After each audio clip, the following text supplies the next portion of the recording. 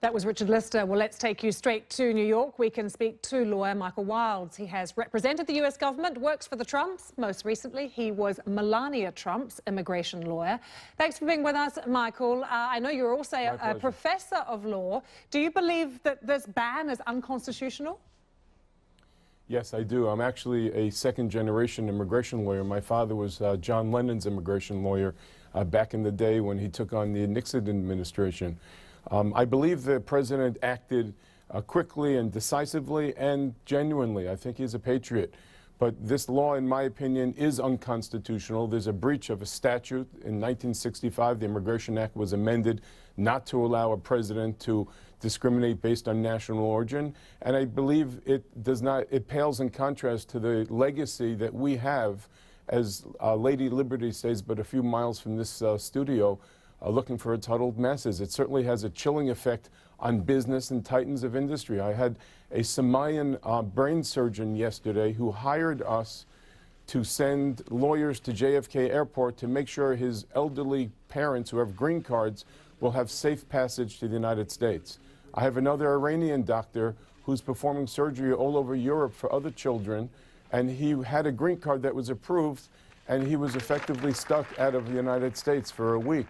It's unconscionable, and it's really unfortunate that the greatest experiment, of course, next to you in democracy, cannot get this right. Homeland security is important, but making sure that we have a business metric and, again, a torch of liberty to help those huddled masses is duly important. You've represented, Michael, Melania Trump herself. She is an immigrant. Have you discussed this ban with her? Very briefly, and it's not really my position to relate her concerns. I likened her in many ways to the biblical Esther, where she has the ear of the president, and she's an immigrant herself. She travailed the work visas, the green card, and the citizenship, all on her own extraordinary talent and achievement. She's a very fine person and an exemplar of what these visas can do for the United States and for families. Many people would say that America has been the moral compass of the world, and yet this travel ban has prompted protests right around the globe. What do you think it's doing for America's reputation? I believe, again, that the president is genuinely inclined, and I have always believed, as a former mayor, federal prosecutor, that the president actually is a genuinely inclined individual, and we are standing as the moral compass of the world. I think that this sullies that brand, if you would, and I believe that we should, as we did in the 1700s, we fought pirates in the high seas, and we never stopped taking in refugees. America's doors, those golden doors, should always be open to people who will not only spark the entrepreneurial corridors of our corporate, our hospitality, who will pick the blueberries in Georgia and make the beds in our hotels, but at the same time spawn the greatest technology and patents. We have to get this right, particularly when it comes to dual nationals, to green card holders. The executive order was broadly construed, and it took days as they rolled this out sloppily to fix it.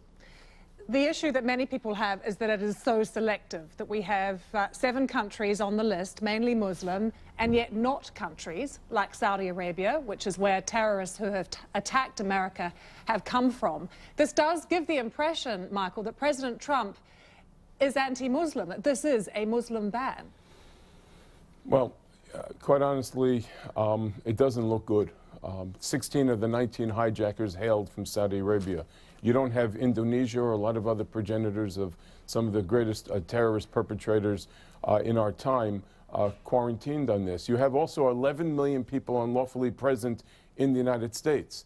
So it's as if somebody went and picked on 7 people with the prayer that the rest of the nations will take us more seriously, when our back door has more than 11 million people without authority on U.S. soil. We cannot discriminate based on national origin.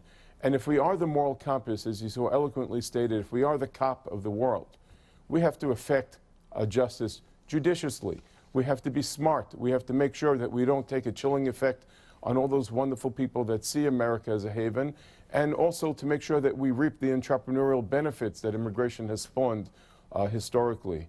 Again, a more comprehensive effect on our broken immigration law would be better. We've effectively been putting Band-Aid upon Band-Aid for decades now, on our work visas, particularly the H-1Bs and so forth. Now, look, I travel to London pretty regularly, and I don't have the right to go into the American embassy, and I have to stand outside Grosvenor Square with my client because the Constitution does not apply to people until they get to U.S. shores. I disagree with that, but I respect that.